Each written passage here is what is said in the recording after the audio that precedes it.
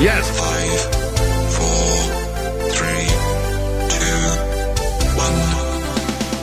2, 1. Welcome to Up in Your Business with Kerry McCoy, a production of flagandbanner.com. Through storytelling and conversational interviews, this weekly radio show offers listeners first-hand insight in starting and running a business, the ups and downs of risk-taking, and the commonalities of successful people.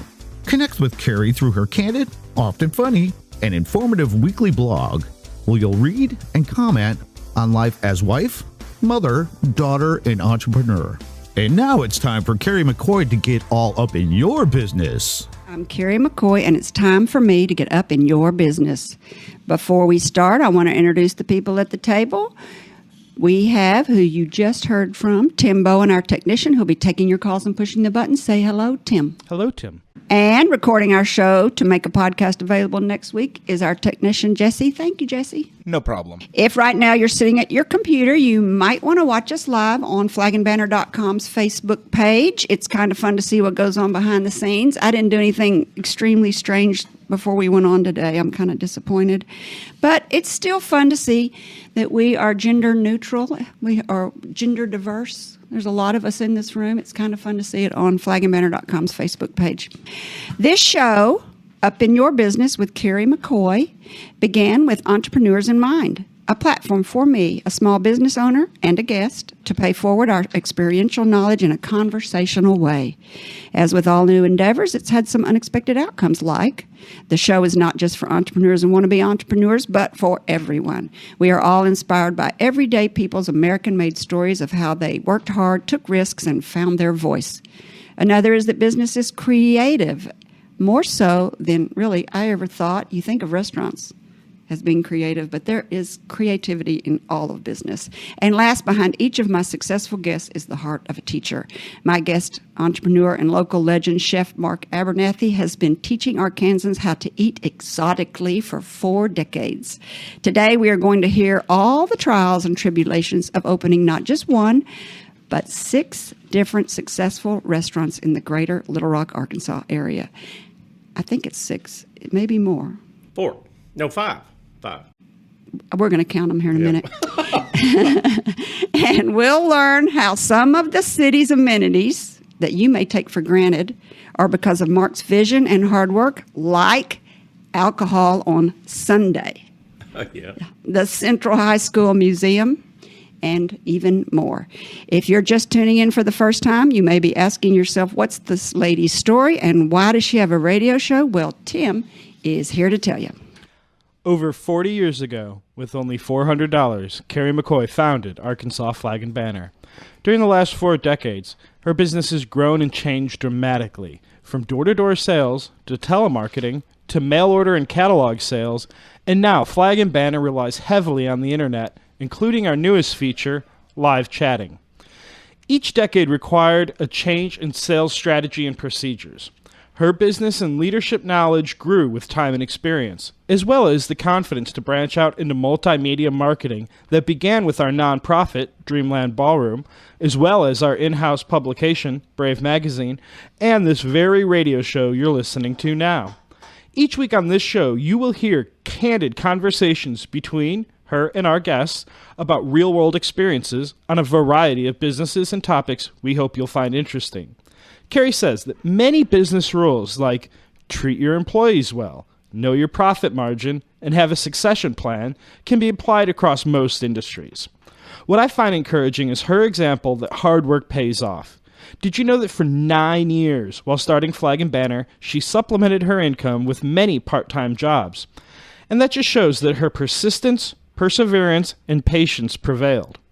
Today, Flag and Banner has 10 departments, and I have over 25 coworkers. It reminds us all that small businesses are the fuel of our country's economic engine and that they empower people's lives. If you would like to ask Kerry a question or share your experience or story, you can send an email to questions@upyourbusiness.org. Well, thank you, Tim. My guest today is the well-known chef, Mark Abernathy. In his 40-plus years as an entrepreneur in the restaurant business, he has opened, all right, we're counting them, Abernathy's, the Bijou, Juanita's, Blue Mesa Grill, Bene Vita, Red Door, and Loca Luna. That's 7. That's 7. 2 of those were in San Antonio. Oh, I wondered, like Abernathy's was? And the Bijou, yeah. As with all entrepreneurs, he is an idea man, which is a double-edged sword. I read a quote where he once said, and warned other thinkers to beware of believing your own bullshit. Amen. That's pretty profound. Some of his ideas that paid off and gave him the distinction of having many firsts are: Mark introduced the first white cheese dip to America. I'm saying America. At his restaurant, Blue Mesa Grill. He served Arkansas's first fajita dish, introduced the herb cilantro to Arkansas, which is where I had it at Juanita's, and had the state's first wood-fired brick oven pizza. Abernathy has produced or hosted over 450 televised cooking demonstrations and been recognized by the New York Times, Bon Appetit, Southern Living, Gourmet Magazine, Rachel Ray's Tasty Travels, The Washington Post, Food Arts, and many other notable publications. In 2016, Mark was listed as one of the most influential chefs in the United States. In addition, he is a musician and songwriter, an Eagle Scout, a former Boy Scout executive director, and offers his expertise to numerous charity organizations, which are far too long to list. Again, the heart of a teacher. It is a pleasure to welcome to the table my longtime friend, creative entrepreneur, and chef extraordinaire, Mark Abernathy. What a visionary. Everybody in the room is going, you're the reason we have alcohol on Sunday? Thank you. Yeah, that was funny. Bill Rector and I chaired that campaign, and everybody told Juanita's hadn't been open that long, and everybody told me, "Oh, this is suicide. The Baptists won't ever come in your restaurant again. You're going to lose." It was one of the biggest landslide votes ever held in the city of Little Rock. It was over 86% voted for it, and so we were astounded. And wow, how hard was it to get it on the ballot? It was already on the ballot when they came to Bill and I to promote it and push it. And Bill was really active in growth of downtown and seeing that develop. And we did our homework, and we found out that actually dry counties had more deaths and alcohol-related accidents than wet. Really? Yeah. Doing moonshine, I guess that stuff is crazy. They had to drive to. Oh, they had to drive to get it and then get back on the highways and drive home. Yeah, but anyway. Oh, interesting story. Mark, you're a visionary. Besides opening all those successful businesses I mentioned before, you are the idea man and founder behind Consolidated Arkansas Restaurant Industries, where you consolidated all the restaurants. You brought the Arkansas chapter of Share Our Strength, a national fundraiser for hunger relief. I love that one. You were the visionary that started the Central High School Museum. You promoted and started. That's what I'm most proud of, I'd say. Yeah, you should be. South Main Improvement District. You chaired the campaign to have alcohol served on Sunday. We already said that. And this is one a lot of people don't realize, and I told my employees today, is that you saved my building, the Taborian Hall, from the wrecking ball, and that I actually bought it from you. That's true. I want to share that because I first of all, I'm a huge fan of yours, and you know that. We've been friends for so long. Mm-hmm. And I got a call when I was chairman. At the time, I was president of the Quapaw Quarter Association, which was a historic preservation for downtown Little Rock. Downtown, and John King, he called me, and he said, they're about to sell the Flag and Banner building, and or tear it down. But it wasn't the Flag and Banner building. No, at the time it was the old Taborian Hall, mm-hmm. and I said, well, shoot, that's not. And this was like the day before the auction, and it was an SBA auction, and I went in, and I couldn't believe it. Nobody bid on it, so it was one of those, be careful what you wish for. So and you know most of the story, and so I bid a ridiculously low amount, and I got the building for us like less than $2,000 or something like that, mm-hmm. because nobody else bid on it.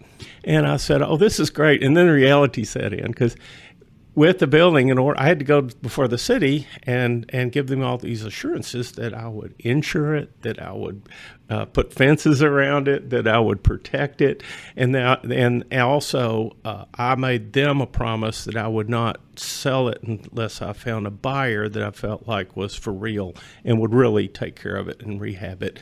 And then you came along, and you were the perfect candidate, and So it worked out great. We were able to save that building. When I tell people I bought the building for $20,000 because I bought it from you for $20,000, you bought it for $2,000. Yep. And when I say, well, he bought it for $2,000, they're like, what? And I said, y'all don't know how bad it looked. I still lost money on the deal. I was going to say. The insurance alone, I think, was because, I mean, the building was begging to hurt somebody.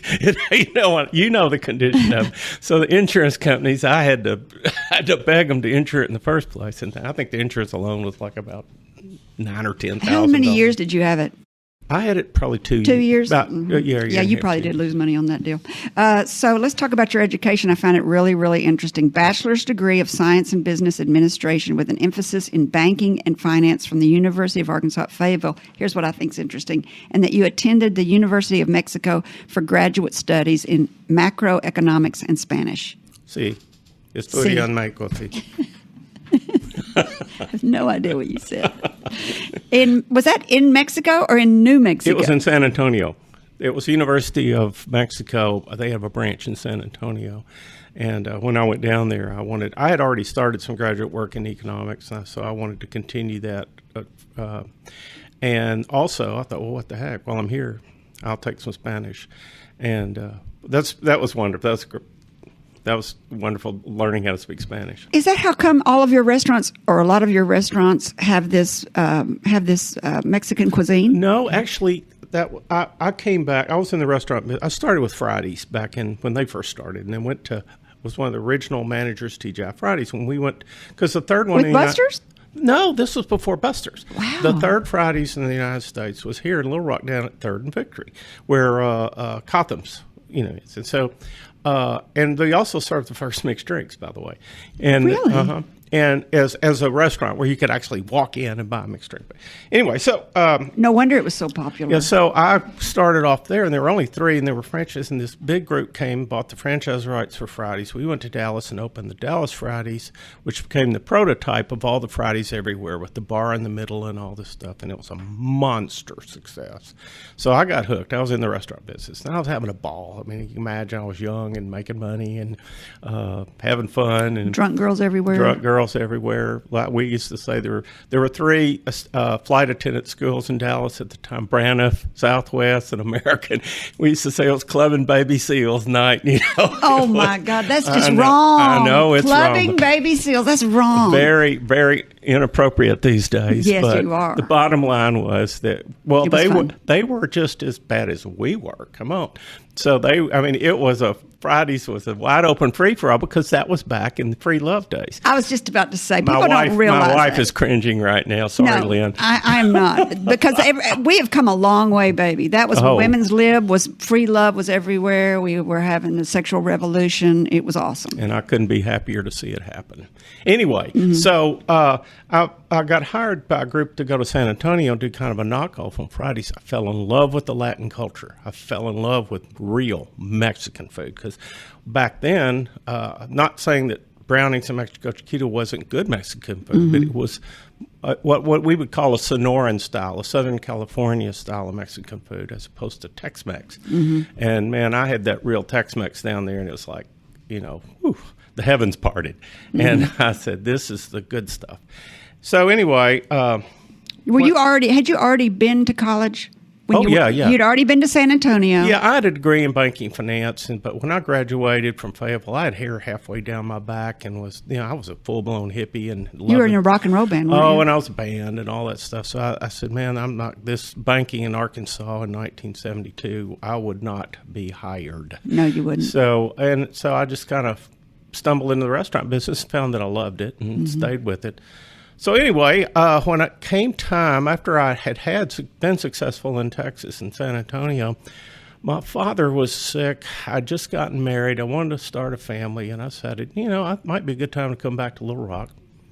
So when I came back, I realized that there was a huge hole in this market for Tex-Mex food. And so I bought the building down on Main where Juanita's was. And, back then, the Wilbur Mills Expressway stopped down at where Martin Luther King is. That's where the expressway ended. So my friends said, Mark, you're crazy, because I hadn't I hadn't put together the South Main Improvement District. It was a rough area. There were winos, there were prostitutes, there were, the first thing I stepped on when I walked in the building was a shell casing. And the floor of Juanita's was all dirt, no windows, and winos had a full-blown fire going inside on the ground. And you're like, I'll take it. Yeah, and so sold. Yeah, and good old Madison Guarantee, who was playing Lucy Free back in those days. I went down thinking, man, I'll never get money to buy this building, but it's a perfect building for a Mexican restaurant. They gave me the money buy the building, to open the restaurant. It was just like, I couldn't believe it, and so off we went. But you had to have some big guts to do that. All my friends, Jimmy Moses and Wally Allen, all these people who were active in business in Little Rock town said, "Mark, you're crazy. You're nuts. That's a horrible part of town." Curiosity, you put your life on the line, your finance on the line. How much money did you borrow? Do you remember? Oh gosh, at the time it was probably. It doesn't sound like much now. At the time, I think it was about $350,000, $400,000. That sounds like a lot of money for a 28-year-old to borrow. Yeah, I was 34, maybe. That's a lot of money. Yeah, it was. And so I swallowed pretty hard on that. You took a big risk, over $250,000. You took a big risk into an underdeveloped area on a cuisine that had never been really tested here. That's why you're an entrepreneur and a successful one. This is a great place to take a break. When we come back, we'll continue our conversation with the super interesting Chef Mark Abernathy, founder and idea man of many, many, many greater Little Rock amenities we all take for granted. His two current restaurants are the Red Door and Loca Luna. And at the bottom of the hour, we'll be taking calls. So listen and get your questions ready. You're listening to Up in Your Business with Kerry McCoy. If you miss any part of this show, a podcast will be made available next week at flagandbanner.com's website. If you would prefer to listen on iTunes, YouTube, or SoundCloud, you'll find those links there as well. Lots of listening options. We'll be right back. You're listening to Up in Your Business with me, Kerry McCoy, and I'm speaking today with Mr. Mark Abernathy, current founder and chef of Loca Luna and the Red Door restaurants in Little Rock, Arkansas. At the break, we were having a good time. You people on Facebook that I said goodbye to, we were cutting it up, weren't we? I had the whole room laughing with my vocabulary faux pas, which I didn't mean to do. I thought you were taking my advice. Oh, I told Kerry to be meaner. Yeah. That would boost ratings. Oh, I know. That was being meaner, wasn't it? It was. It was mean. Oh, yeah. You didn't think it was mean. You have done so much, and I'm not really sure where to begin. But at the break, you were talking about how you own this. You had two of those restaurants that we mentioned earlier. I think Abernathy's and how do you say the Bijou? The Bijou, yeah. Were in San Antonio, and you are a musician. I don't even know what you play. What I do play you play? guitar and sing, and I had bands almost the whole time I was here. We had the Torpedoes, and we were one of the original when we started the music program at Juanita's. It was originally just a little shotgun bar, and we were the house band, and it was ex-members of the Greasy Greens and myself and another guy, a guitar player, Bene from New York, who was a great guitar player and has since moved on to play with a lot of national acts anyway. And so we played in this little stage down at the end of the bar at Juanita's, and we used to tell people it was every Tuesdays and Thursdays, and there were literally people lined up all along the front and then down the street to get in. And I used to tell people we had them lined up out the door. They didn't realize that we only held about 80 people in there, so it wasn't quite like it sounded. But that started the music program at Juanita's, and of course then about 8 or 9 months after we started that, I owned the space next door. We had a little gift shop there called Quapwall Gallery, and I blew the wall out and took over that, and we opened what became the Juanita's ballroom and music program there. Oh, I get you. I was thinking it was the other way around. You're right. You opened up at the corner, and then you moved down the street with the secondary. Okay, gotcha. Yeah, the restaurant was open on the corner, and then you moved down. You bought the building next door. We expanded into the building next door to create the music program. And in the Bijou, which was in San Antonio, did you use that was a music venue? It was a music bistro. venue. I had another restaurant going, but my heart was always in playing music. I played in bands in high school, played in bands in college, and so I've always been connected with music. And so I opened what was called a listening room in San Antonio, which was a small venue where acts could come in and do more acoustic stuff and things like that. And we had a rule where you couldn't talk when the music was playing, and we would actually enforce it. So it was a great place to hear music, you can imagine. And being in a small venue where people actually had to be quiet. And after a while, the customers would police each other. I mean, they'd say, somebody start talking. What happened to that restaurant? My part, this is crazy, about 3 years, it was real successful. About 3 years later, my partner came in and said, I'm sorry, but we've lost the Bijou. And I said, what? We lost it? He lost it in a poker game. What? I swear. I said, what? You lost it? How could you lose my part in the poker game? He said, well, there's something I didn't tell you. So anyway, it was one of those things. And, that's one of those life lessons you learn about having better contracts. But we had great nights there. Willie would come in a lot down there. And one night, and he reminded me about 6 years ago, I was reminded of one day Willie was sitting at the bar, and there's an act from Austin called Blind George McClain, and Blind George would sit at an upright piano. He had a board with a mic under it, and he'd stomp on that board, play piano, and he didn't wear sunglasses. He turned around, and his eyes were just like wild, crazy eyes, and they'd spinning around, and he'd spit a lot to them. So he was something to see, but he was fantastic talent. And Willie and I were sitting at the bar, and they took a break, and he went outside, and this guy came running and said, you're not going to believe this. You got to come out in the alley. So we went out in the alley, and Willie said, do you remember? We went out in the alley, and there was Blind George in a fight with his blind brother, and he said, hell, they fought for 30 minutes and never landed a punch. But it was great. There were great stories, and a lot I really can't tell. But those are great ones. Yeah. Big Carol brought in a pan of special brownies one night, and we all kept nibbling on those things. Who's that? This was one of our waitresses who was an ex-Vegas showgirl. She's about 6 feet tall and had a diamond embedded in her tooth and had quite the showgirl body, but was heart of gold. So she brought these special brownies in, which, as I said, we kept nibbling on, medicinal brownies. And so by the time we were ready to open, the entire staff were comatose. So we had to shut down, give everybody their money back, apologize, pay off the band, and go home. Because you just couldn't function. Oh, yeah. I mean, the food server would come up to the bar and said, I need just a minute. And she'd tell them, I need 2 Buds and a Bud Light, and the bartender would go, oh, man, what, huh? So we knew it was. We had to shut it down. It wasn't going to work. Oh, my gosh, you've got such good stories. But anyway. Those are fun. You just can't make that stuff up. But we had you should write a book. There's incredible music. Stones came in there, and Linda Ronstadt came in there, and the Led Zeppelin came in there. Just, when they were in town for their shows, that's where a lot of times they'd end up hanging out. Is it still a business down there? No, it's long gone. Long gone. The Abernathy's, was that in San Antonio too? It was in San Antonio. What was that? It was Is that what you had to start after you lost the other one in the poker game? It was actually a French restaurant, which was fantastic. It was really good. It was. This is back in the 70s, you got to remember. And it was really good, and I lost my ass on that one. Mm-hmm. It was a fabulous restaurant. And I've always said that I wouldn't be successful today if it wasn't for my failures. Mm-hmm. It wasn't my successes that made it all work, because you learn so much more from your failures. Those are the big lessons that really help you move forward. And I don't know hardly any businessman that didn't stumble somewhere along the way in making it. What if you wanted to start a restaurant today? How did you always start your restaurants? You didn't have family money? No.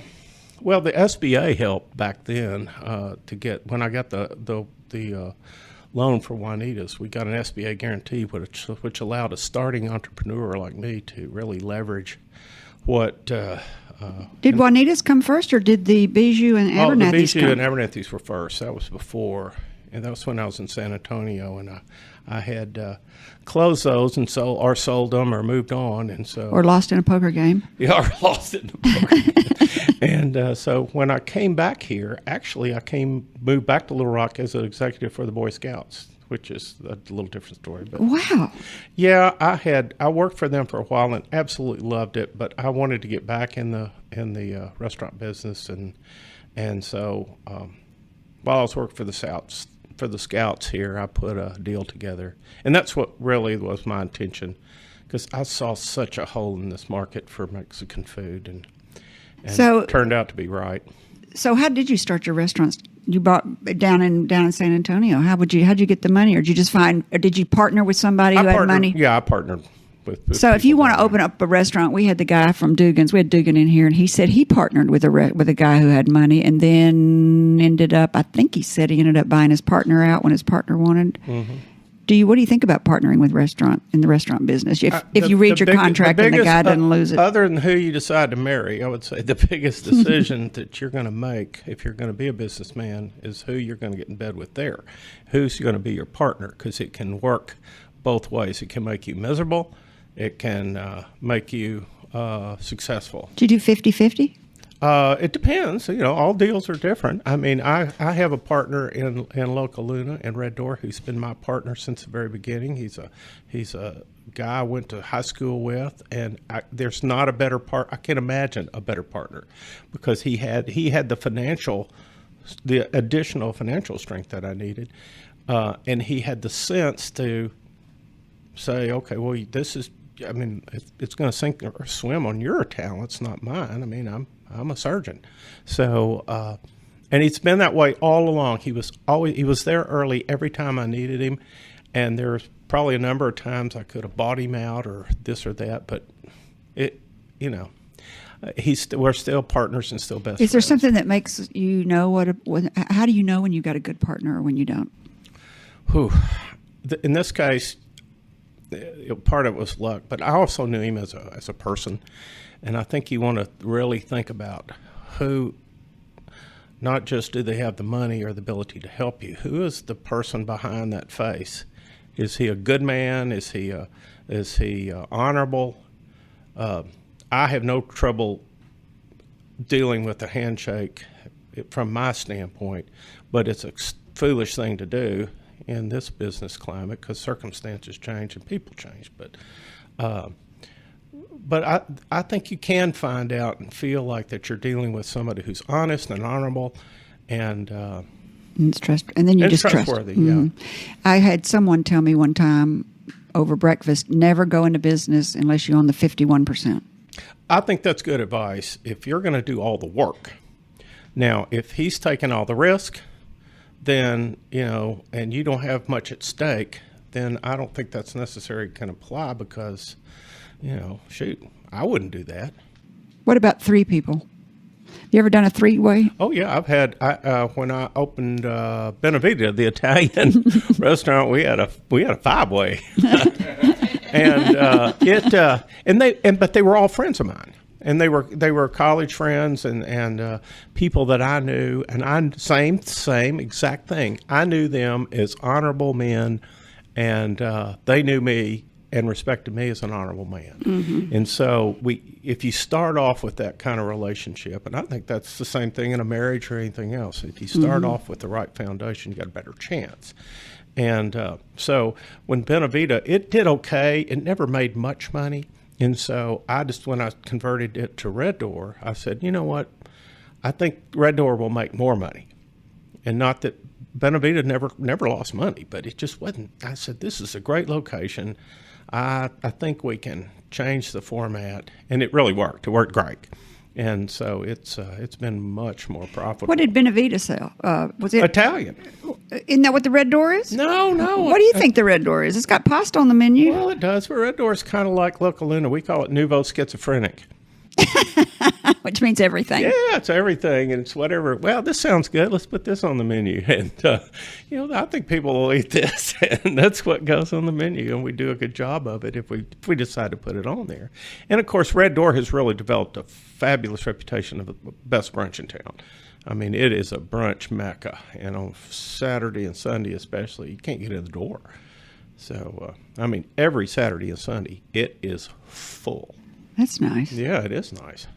What do you think makes a good restaurant? What's the one thing that makes people? Do you think you have to have a signature dish? Why did Bene Vita not work and the Red Door did work? What was the difference? Bene Vita didn't work because just Little Rock's not a good Italian market. Think about it. Well, Bruno's does great. Well, but yeah, no, there are exceptions, and we did. I said Bene Vita did okay too, but it's not a very good. Like you go to St. Louis and there's Italian restaurants everywhere, and they all do great. It's a good market for Italian food. Little Rock has just never been a place where when you think, oh, where are these? Look, think of all the great Italian restaurants. You don't get much further than Bruno's and Graffiti's. Graffitis. I mean, there's you can count them on one hand. Yeah. So you decided to do this nouveau schizophrenic food. Yeah, it works great. Okay, I told at the beginning of the thing that you brought cheese dip to America. Oh yeah. All right, we got to hear the cheese dip to America story. Okay.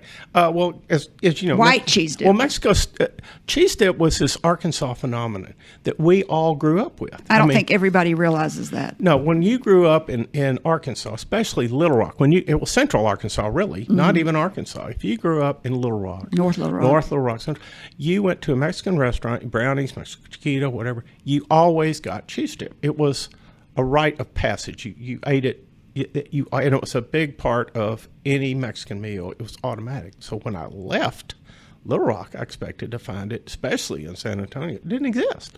Really? Not even going Tex-Mex didn't even go down there? No. Wow. In fact, they had the closest thing was a dish they called chili con queso. Yeah. And it's not chili like, and I had a guy argue with me, chili con queso, that's red chili with cheese in it. That's not. It's chili con queso meant that it was cheese with chilies in it, like jalapenos and green chilies and that kind of thing. So, and it would be served on usually just poured over a tortilla, and that was in very, very few restaurants in San Antonio. But outside of that, you never found it in Dallas or anywhere else. It just was a Little Rock phenomenon.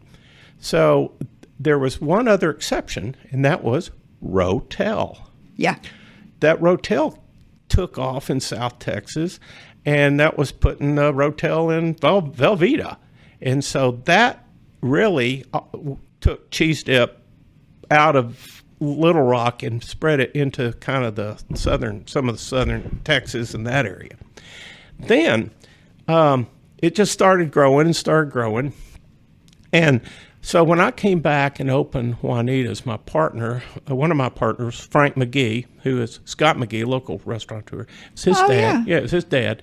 Frank was an insurance salesman, very talented with food, really good with food, and was a tremendous help. And we worked together in developing the recipes and stuff. And so we knew that we needed to, in our opinion, raise the bar on cheese dip. So we created that Juanita's yellow cheese dip, and everybody went crazy over it and loved it. So then when we decided to open Blue Mesa Grill, about a year or two before we opened it, they came out with a white smooth melt cheese. And there is no such thing as yellow cheese. They add food coloring to it. All cheese is white. Milk's white. Cows don't give yellow milk. So, it's I don't think everybody knows that. No, but all cheddar, everything has coloring that makes it that color. And I don't even know why they do that. Well, there's white cheddar out there, obviously. Yeah. So it just hadn't been colored. So, same thing. One of the key ingredients of our cheese dip was a smooth melt cheese, not Velveeta, which is not even real cheese. Right. It's a vegetable product. And so we had a real smooth melt cheese, and they came out with a white one. So we said, okay, now we can make a white cheese dip that really has good ingredients. But we added different ingredients to it, like New Mexican green chilies and some other things, even a little spinach, some few things that we put in there that made it unique. And to our knowledge, that was the first white cheese dip created in the United States. But now it's all over the Southwest and nearly it really spreading over the United States. You can find cheese dip, and most of it's white now. You can find cheese dip everywhere now. Yeah. One time when I was in New York City, when they repaired the Statue of Liberty, what was that, 1980 something? And I was up there for the unveiling of the new refurbished Statue of Liberty. I wanted to go and eat with a friend of mine who lived up there, and I thought we were going to get this great pizza, this great Italian food, or some cuisine from New York City up there. And she said, "Oh, there's a new restaurant in town. I've got to take you to it." And I was like, "Okay." She wouldn't tell me what it was. She wouldn't tell me. We walked blocks and blocks and blocks and blocks, and we finally got there. It was a Mexican restaurant that had just opened in New York City. And they had cheese dip. They kept saying, "What's this chili con quisi?" I had to pronounce everything. I was so mad the whole time. I was like, "Chili con queso." There you go. Yeah.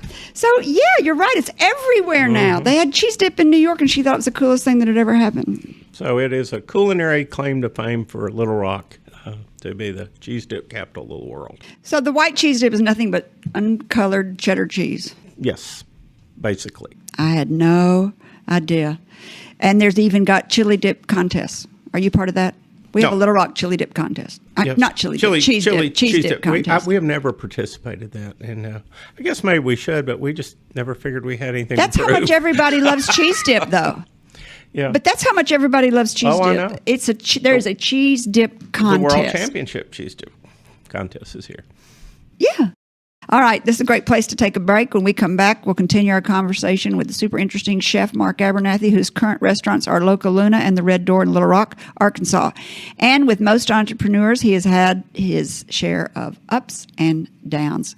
Let's listen as he shares what he has learned when we come back. You're listening to Up in Your Business with Kerry McCoy. If you miss any part of this show, a podcast will be made available next week at flagandbanner.com's website. If you would prefer to listen to iTunes, YouTube, or SoundCloud, you'll find those links there as well. Lots of listening opportunities. We'll be right back with a phone number for calling in. Arkansas Flag and Banner is proud to underwrite Up in Your Business with Kerry McCoy. McCoy began this broadcast a year and a half ago with the intention of offering a mentoring platform for those with an entrepreneurial spirit. Through candid conversation and interesting interviews with business and community-minded Arkansans, listeners gain insight into starting and running a business, the ups and downs of risk-taking, and the commonalities of successful people.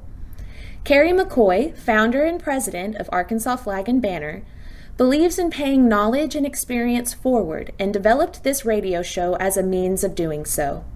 The biographies, life experiences, and wisdom of her guests would likely go unheard if not for this venue. Rarely do people open up for an hour to an audience about their life, mistakes, triumphs, and pitfalls. This unique radio show allows the listener intimate access into the stories of prominent leaders in our state. I am Adrienne McNally, manager of the Arkansas Flag and Banner showroom and gift shop, located on the first floor of the historic Taborian Hall on the corner of 9th and State Streets in downtown Little Rock, Arkansas. In business for 43 years, we offer an old-school shopping experience with front door parking, clerks to help you, and department store variety. Open to the public Monday through Friday, 8 to 5:30, and Saturday, 10 to 4. You're listening to Up in Your Business with me, Kerry McCoy. I'm speaking today with Mr. Mark Abernathy, current founder and chef of Loca Luna and the Red Door restaurants in Little Rock, Arkansas. So not everything that we were telling some great stories at the break. You should put all of that on Facebook so everybody can watch, but we don't. Not everything you have done, Mark, has been successful. That's true, yeah. You were talking about that earlier, that you've learned almost more from your failures than you have from your successes. And that's not just true in business like that. I think that's true in everything in life. It's like sometimes it's the bottom. It's where you bottom out, where you learn the most, and then you get to go back up to the top with the knowledge that you learned from being on the bottom. So let's talk what? Yeah, I tell people in my restaurant all the time, my employees, I say, when I come in, and I'm always looking for things that we're doing wrong, but I usually tell them, so it's not that I'm not giving you credit for the things you do right, because you do so many things right, but it's not the things you do right that get you. So you got to focus on the things that you've done wrong or that you're doing wrong, because that's what you got to fix. And if everything's successful and running good, then that's not going to teach you much. But when you screw up and you trip up and you say, oh, well, I don't think I'll do that again, or why did that happen? And so it lays the groundwork for you to do a better job next time if you pay attention. Yeah. So if you're doing everything right, you're not going to learn much. When I learned first time I went to learn to ski, and I was pretty athletic, and I thought, shoot, this is a piece of cake. That's not going to be a problem. I got on those skis. I was falling all over the place, and I was real frustrated. And so I went back to my ski instructor and said, what's the deal, man? I'm falling all over the place. I said, you need to understand, if you're not falling, you're not learning. Oh, if you're not falling, you're not learning. Oh, that's a tweetable one right there. And I thought, well, okay. So I felt better, and I kept falling until I learned, and I got to be pretty good after that. If you're not falling, you're not learning. I love that. Let's talk about August in Arkansas. A lot of people don't remember what that was, but you tried to put on a festival in August in Arkansas, and I thought that was the craziest thing because it is such a hot. But you picked that weekend to do it, which was the first weekend in August, because you said in past history, I remember this, you telling me this, I said, I saw you in the grocery store. I said, why would you pick that day? And you said, because historically speaking, we have had a cool snap every first week of every August. It's crazy. We got out the almanac and we went back way back, year after year after year, and we found that there was this weird inversion that took place around the first part of August. And you think, well, August is the miserable, it's horrible, but I mean, if you pull it up, look, it's weird. And so we picked that weekend in August because historically it was one of the cooler weekends of the summer, and there wasn't anything going on, and we felt like that Arkansas needed a festival kind of like Memphis in May that was truly grand, and so we put this thing together, and that's where my quote, "It's a dangerous thing when you believe your own BS," So I guess the short story about it is that we thought we did everything right, and we really did so many things right. This was a huge festival, hundreds and hundreds of thousands of dollars. It was the #1 music festival in the United States behind Jazz Fest that year, ranked by Polestar as far as the quality of the acts. And it was Ringo Starr and the All-Star Band. It was all these huge acts that were on tour that summer, and so. What we didn't figure was the worst case scenario. But you have to, that was the biggest lesson I learned, was always figure out what's the worst that can happen and can you handle that? Because danged if it might not happen. Well, guess what happens? Okay, we have this festival, and most festivals, especially in the summer, you make your money off of soft drink, beer sales, and T-shirts. That's where your money is. Really? Oh, yeah. I mean, think about it. That's where you have to make your money, because ticket sales might barely cover the cost of your acts, but it doesn't cover all the hundreds of thousands of dollars of staging and the security and the ticket printing and all of that stuff. So it not only turned cool, it was the coldest weekend in the history of the state of Arkansas for August. People were freezing. They had to go home. They had to come down in sweatshirts. They were seeking out coffee. We couldn't sell beer. We couldn't sell T-shirts. It was a financial disaster. I lost my ass on that deal. Oh. I will say this. I will too. I mean, I was, and that's my biggest regret, was not doing the festival, but not figuring out the downside. And what would you have done different? I think I would have scaled it back. I would have it was $2,000. It was on both sides of the river. It was like 6 stages. And we had, don't get me wrong, we had over 100,000 people came, and still it lost a lot of money. How many did you need? Well, you just needed to sell beer and tickets. You needed to sell beer. I would have just scaled it back so that we could have handled the downside with our sponsorships, because we had lots of corporate sponsors. It just could have been done differently. And they put it on the next year, and they lost money then too, so they decided not to do it. But the only regret I have, I had some friends that got involved with it, and they lost some personal money along with me, not a fraction of what I lost, but some folks that invested because of me. And my accountant said, Mark, you've got to take bankruptcy. You've got to take bankruptcy, because there's another story goes along with it real quick, because since it's business, you're going to love this one. Okay. Anyway, so I didn't take bankruptcy. It took me years and years to pay off the people that I gave a personal guarantee to, but I paid out every one of them. And but as I said, that's part of that lesson that you learn. You have to you have to own it. When you screw up, you need to own it. And because if you don't, then you're kidding yourself, and that's the last person you want to kid. So anyway, it was at the same time that I had my face on the cover of Arkansas Business for just losing my ass on this event. I hadn't been in my office for about 2 or 3 weeks. I walk in, I have this huge stack of mail, and I see this envelope from the Resolution Trust, which was the federal agency that had seized Madison Guarantee. And they had all my loans. And the letter said, your loans are called. So it would be like if you got a letter in the mail today and it said, you got to pay off your house right now. Right. You got to refinance it or pay off your house. Well, if it had been 2 weeks or 3 weeks prior to the festival, I could have walked into any bank in the city of Little Rock, and they would have thrown the money at me. Right. They would have loved to have that loan because our payment history was absolutely flawless. We had never missed a payment, not one thing. But because my face was associated with the loss and potential losses down the line, or whoever knew or what, I couldn't find a bank that would help me. So what happened?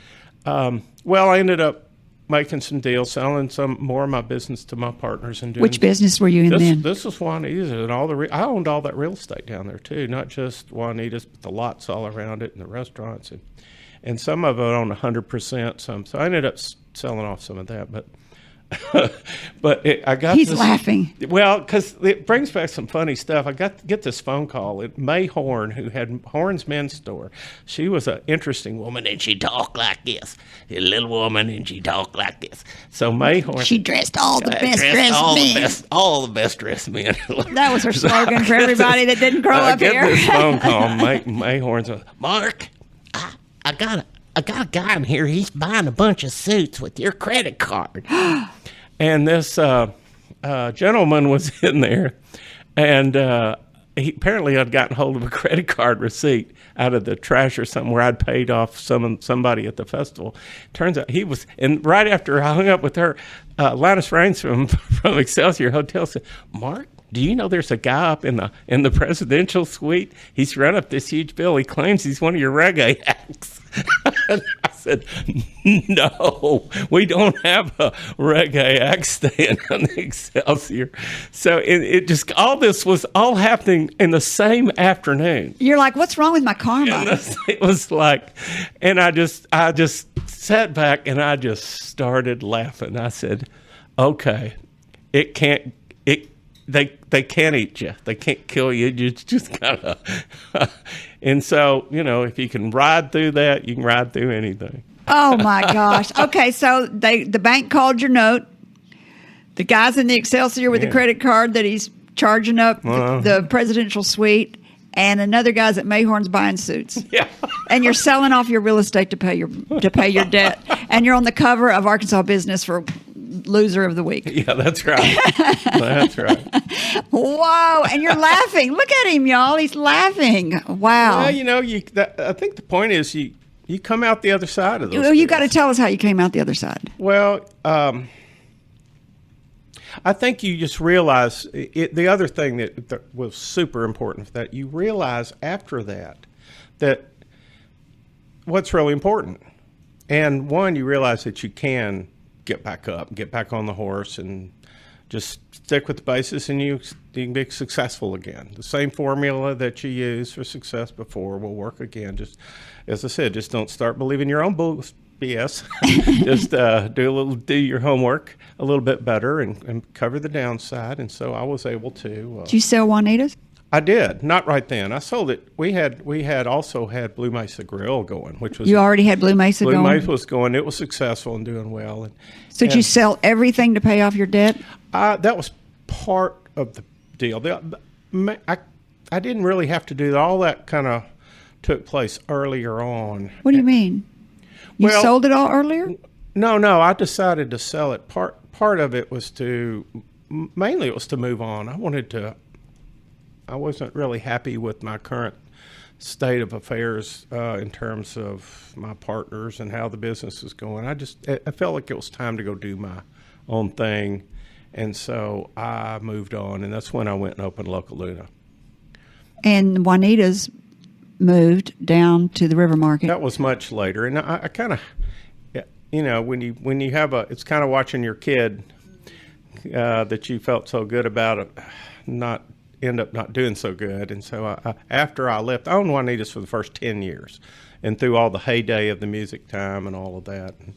And so I hated to see it eventually bite the dust.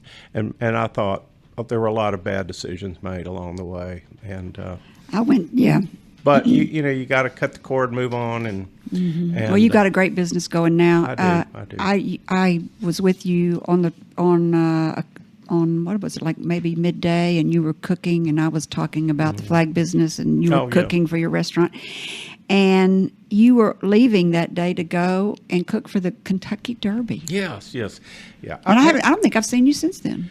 Wow. Yeah, that was a couple of years ago. I really don't think I've seen. I've had so many wonderful experiences outside of Arkansas that people here don't even know about, that my cooking and restaurant career has let me do. And I've cooked for presidents, and I've cooked in Kentucky Derbies, and I've cooked in real high-profile food. I think you were doing events. I think you were doing a barbecue for the Kentucky Derby. What'd you do for the Kentucky Derby? I did. I've done it several times, and it's an event called Taste the Derby, where they pick a chef from each of from a state or a city that hosts one of the key racing. So I represented Oaklawn. Okay. Okay. And because Arkansas, the Oaklawn Park is a major player in feeding the horses that qualify for the Kentucky Derby, and so that was my connection. Was to represent Oaklawn in Hot Springs, Arkansas. In Hot Springs, and Oaklawn is Arkansas. I mean, we claim it. It's not just Hot Springs. That's our baby. That's the Arkansas racetrack.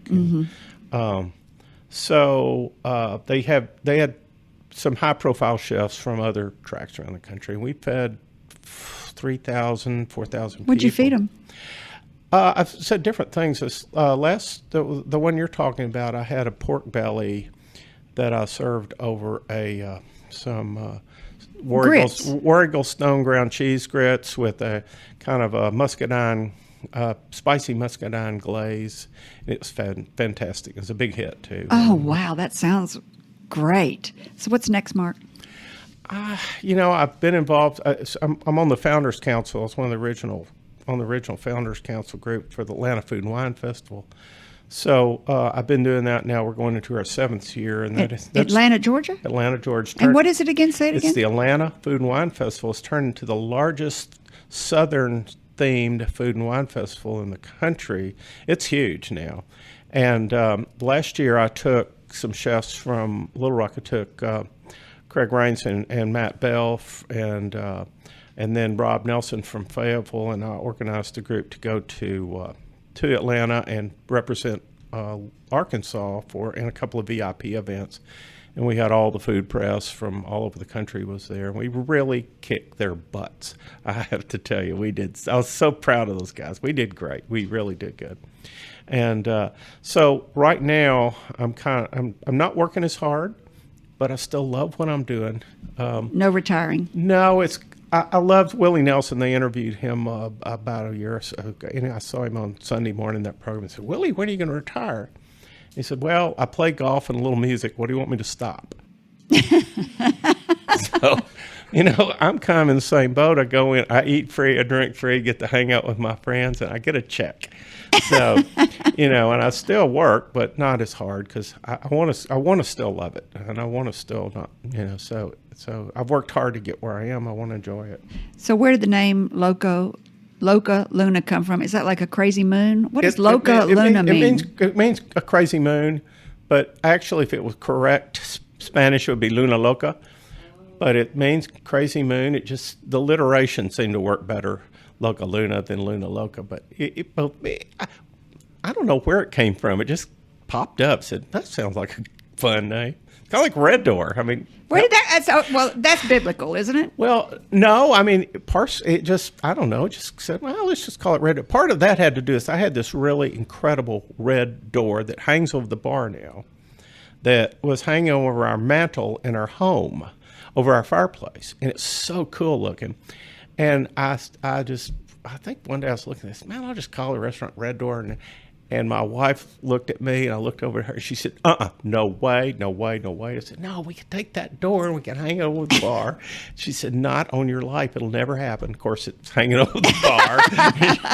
and she's still not too happy about it. Give us one word to sum you up, and we got to go. Oh, God, passionate, I guess. That is absolutely true about you. Yep, look, Tim's nodding. Absolutely. I'd say fun-loving. Hell yeah. You laugh. Red Door has nothing to do with paint it black. No, not a thing. I see a red door and I want to paint it. No, that's what I thought it was this whole I never thought time. about that before. I can't believe Start you telling said people that. that's what it is. That's where it came from. Thank you, Mark. Look what you're getting. A desk set with a U.S. and an Arkansas flag from the flag lady. Yeah. I bet you don't have one of those. I don't, and I'm so proud of you, Kerry. Oh, you're so are nice. You are a treasure for this city. Well, that is nice. Thank you. Likewise. Very likewise. Oh, yes. And we got you a book, too, The Temple of Dreams. It's all about the building you sold me. We did the history on the building, and now you're going to learn all about it. They were going to tear that building down, by gosh. You've done so much for this city. And we didn't let them. We did not. It will be, we're going to put it on our tombstone. It's our claim to fame. We saved the Taborian Hall. All right. If you've got a great entrepreneurial story you would like to share, I would love to hear from you. Send a brief bio and your contact info to questions@upyourbusiness.org. And finally, to our listeners, thank you for spending time with me. If you think this program has been about you, you're right. But it's also been for me. Thank you for letting me fulfill my destiny. My hope today is that you've heard or learned something that's been inspiring or enlightening, and that it, whatever it is, will help you up your business, your independence, or your life. I'm Kerry McCoy, and I'll see you next time on Up in Your Business.